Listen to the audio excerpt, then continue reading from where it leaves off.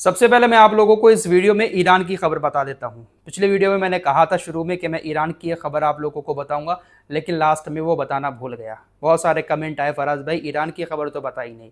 इसका मतलब ये है कि आप लोग मेरे वीडियो को लास्ट तक देखते हैं। जी हाँ, लास्ट तक ही देखा करें, क्योंकि हम किसी एक खबर पर बात नहीं करते हैं, बहुत सारी खबरों को इकट्ठा करके एक छोटी सी वीडियो में कम टाइम में और आसान भाषा में बताने की कोशिश करते हैं। सऊदी अरब से भी आज एक बड़ी खबर आ रही है। एक ऐसा फैसला लिया है सऊदी अरब की सरकार ने जिसकी वजह से लाखों करोड़ों लोगों के चेहरे खिल उठे हैं। बहुत खुशी की खबर है बहुत सारे लोगों के लिए। गाजा से भी कुछ खबरें हैं, सारी खबरों को इस वीडियो में आराम से आपके सामने रखने की कोशिश करेंगे। दरअसल ईरान से खबर ये आ रही है कि ईरान अपने परमाणु समझौते को लेकर अब तक बंधा हुआ था। 2015 में एक परमाणु समझौता हुआ था जिसके तहत कई सारे देशों ने, अमेरिका, ब्रिटेन, फ्रांस, जर्मनी, रूस और चीन, ये 5 परमाणु देश, इन सभी देशों ने ईरान के ऊपर कुछ प्रतिबंध लगा दिए थे, कुछ प्रतिबंधों को हटाने के लिए। दरअसल ईरान वो देश रहा है जिसके ऊपर हमेशा से यूरोप के देशों ने बहुत सारे प्रतिबंध लगाकर रखे हैं। 2015 में ये जो समझौता हुआ था, जिसको JCPOA समझौता कहा जाता है, इसके तहत इन 5 देशों ने, जिसके पास परमाणु हथियार हैं, इन्होंने कहा था ईरान से कि आपके ऊपर जो भी प्रतिबंध लगे हुए हैं यूरोपीय देशों के द्वारा, उन प्रतिबंधों को हम हटा देंगे। आपको हमारी एक बात माननी होगी। वो बात ये थी कि ईरान अपने परमाणु कार्यक्रम को सीमित कर लेगा। ईरान यूरेनियम के संवर्धन को 3.67% तक ही सीमित रखेगा, इसके आगे नहीं बढ़ाएगा, क्योंकि इससे आगे अगर बढ़ाएगा ईरान तो परमाणु हथियार उससे बन जाएगा। 3.67% तक अगर ईरान यूरेनियम का संवर्धन करेगा तो परमाणु हथियार नहीं बना पाएगा। तो इस तरीके का एक समझौता 2015 में ईरान के साथ मिलकर इन 5 देशों ने किया था। ईरान इस पर राजी हो गया क्योंकि बहुत सारे प्रतिबंध बहुत सारे यूरोपीय देशों ने ईरान के ऊपर लगा रखे थे, जिसकी वजह से ईरान अपने तेल को भी दूसरे देशों में नहीं बेच पा रहा था। जब प्रतिबंध लगा दिए जाते हैं तो जो बंदरगाहें होती हैं उसके जरिए भी कोई भी चीज किसी दूसरे देश में भी नहीं पहुंच पाती है, और भी बहुत सारी व्यापार में दिक्कतें आती हैं। तो ईरान उस वक्त राजी हो गया था। लेकिन अभी ये जो जंग चली इजराइल और ईरान के बीच, इस जंग के बाद अमेरिका समेत कई सारे यूरोपीय देशों ने ईरान के ऊपर फिर से प्रतिबंध लगाना शुरू कर दिए। तो ईरान ने अब साफ साफ कह दिया है कि आप प्रतिबंध लगाओ या कुछ भी करो। ईरान की तरफ से ऑफिशियली अब इस बात का ऐलान कर दिया गया है कि 2015 के समझौते से ईरान अब पूरी तरह से अलग हो चुका है। ईरान अब 2015 के JCPOA समझौते में बंधा हुआ नहीं है और अब वो अपने परमाणु संवर्धन को आगे बढ़ाएगा। यानी अब ईरान तेजी के साथ परमाणु प्रोग्राम को चालू करेगा और ज्यादा से ज्यादा यूरेनियम का संवर्धन करके हो सकता है कि जल्द ही परमाणु हथियार बनाने का ऐलान भी ईरान की तरफ से कर दिया जाए। तो ये अमेरिका और कुछ यूरोपीय देश जिनके पास परमाणु हथियार है, खुद के पास तो है लेकिन दूसरे को परमाणु ताकत बनते हुए देखना नहीं चाहते हैं। अब अयातुल्लाह खामेनी का भी एक बड़ा बयान कल सामने आया। अयातुल्लाह खामेनी ने कहा कि ट्रंप को ऐसा लगता है कि उन्होंने ईरान के परमाणु प्रोग्राम को पूरी तरीके से तबाह कर दिया। ठीक है, उन्हें इस भ्रम में जीने दो, इस गलत फहमी में डोनाल्ड ट्रंप को जीने दो कि उन्होंने ईरान के परमाणु प्रोग्राम को खत्म कर दिया। अयातुल्लाह खामेनी का यह बयान बता रहा है कि ईरान का परमाणु प्रोग्राम अभी भी जिंदा है। अयातुल्लाह खामेनी ने कहा कि इस आदमी ने गलत व्यवहार करके, झूठ बोलकर ज़ायोनवादियों को बढ़ावा देने और ताकतवर दिखाने की कोशिश की। अगर उसमें थोड़ी सी भी ताकत है तो उसे अमेरिका के उन लोगों को शांत करना चाहिए जो उसके खिलाफ चिल्ला रहे हैं। दरअसल अभी 2 दिन पहले अमेरिका के इतिहास का सबसे बड़ा विरोध प्रदर्शन डोनाल्ड ट्रंप के खिलाफ हुआ है, जहां पर लाखों की तादाद में लोग सड़कों पर उतरे। डोनाल्ड ट्रंप अपने आप को किंग बता रहे हैं कि हाँ, आप किंग नहीं हैं। अयातुल्लाह खामेनी ने आगे कहा कि अमेरिका के राष्ट्रपति डोनाल्ड ट्रंप ईरानी वैज्ञानिकों की हत्या का दावा करते हैं। हाँ, आपने वैज्ञानिकों की हत्या तो कर दी, लेकिन आप उनके ज्ञान की हत्या नहीं कर सके।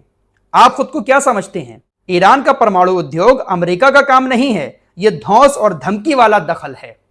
आप दखल दे रहे हैं धौंस और धमकी दिखाकर, लेकिन आप कर कुछ नहीं सकते। बहुत बड़ी बड़ी बातें अयातुल्लाह खामेनी की तरफ से कही गई हैं।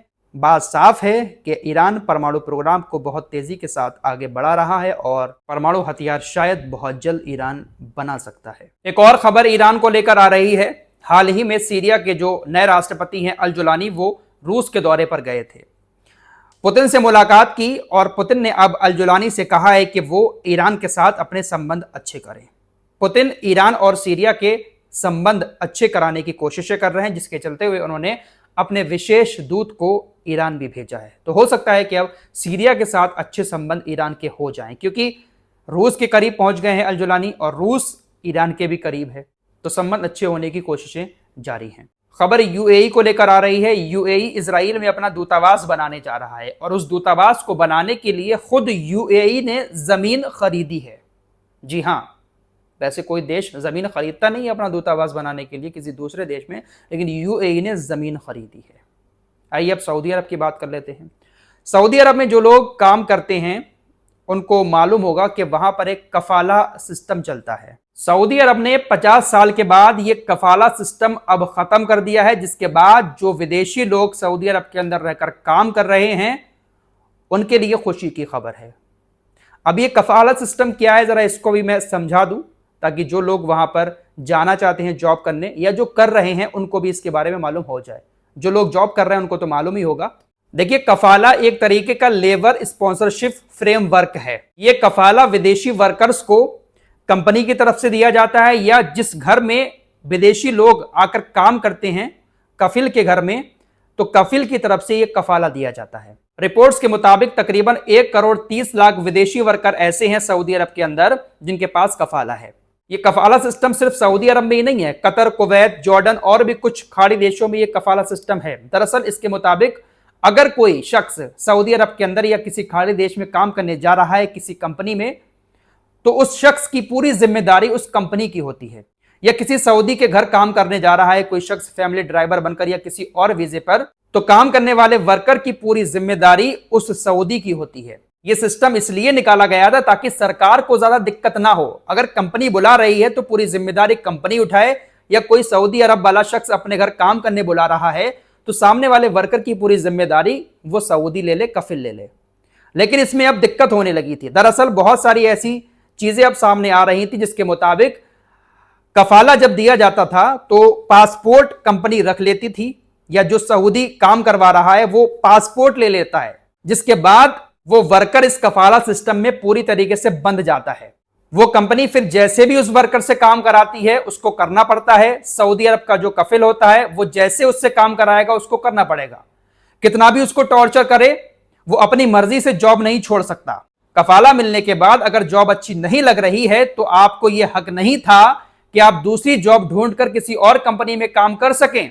अगर कोई वर्कर किसी परेशानी में फंस गया है और वो चाहता है कि वो जॉब छोड़कर चला जाए, तो बिना कंपनी की मर्जी के, बिना कफिल की मर्जी के वो जॉब छोड़कर देश छोड़कर भी नहीं आ सकता था। अगर अपनी मर्जी से देश छोड़कर आना चाहता है तो एक एग्जिट नियम होता है, उसके तहत सऊदी अरब छोड़कर आना होता और उसके बाद फिर वो जॉब करने नहीं जा पाता। एग्जिट लगाकर अगर आ रहा था तो कफाले में इस तरीके की बहुत सारी दिक्कतें आ रही थी। तो इस कफाला सिस्टम को अब सऊदी अरब की सरकार ने खत्म कर दिया है। अब कोई भी शख्स वहां पर जाएगा जॉब करने, या जो जॉब कर रहे हैं सऊदी अरब के अंदर, अगर उनकी कंपनी या उनका कफिल उनसे कोई ज्यादा काम ले रहा है या कोई गलत काम करवा रहा है उनसे, तो इन काम करने वालों को यह पूरा हक होगा कि वो जॉब अपनी छोड़कर कोई दूसरी जॉब सऊदी अरब के अंदर कर सकते हैं, और जब चाहे नौकरी उसकी छोड़कर अपने देश भी आ सकते हैं। अब एग्जिट की जरूरत नहीं होगी। कुल मिलाकर यह कफाला सिस्टम अब खत्म हो चुका है, जिससे तमाम काम करने वालों को बहुत ज्यादा राहत मिली है। अपनी मर्जी के मुताबिक अब एक जॉब पसंद नहीं आ रही है तो दूसरी जॉब वो वहां पर ढूंढकर कर सकते हैं। तो ये एक बहुत राहत की खबर तमाम वर्कर्स के लिए है। फिलहाल गाजा की तरफ चलते हैं। हमास के जो नेता हैं खलील अल हया, उन्होंने कहा है कि हम पूरी कोशिश कर रहे हैं कि हमास के कब्जे में जो बंधक मारे गए हैं उन बंधकों को जल्द से जल्द इजराइल को वापस किया जाए, लेकिन दिक्कतें बहुत ज्यादा आ रही हैं। लेकिन हम पूरी कोशिश में लगे हुए हैं, हम किसी तरह का कोई भी उल्लंघन नहीं कर रहे हैं सीज फायर का, लेकिन दिक्कतें बहुत आ रही हैं, मलबे के नीचे लोग दबे हुए। इस रिपोर्ट में इतना ही, कुछ और खबरों के साथ फिर हाजिर होऊंगा। अपना ख्याल रखिएगा। अल्लाह हाफिज।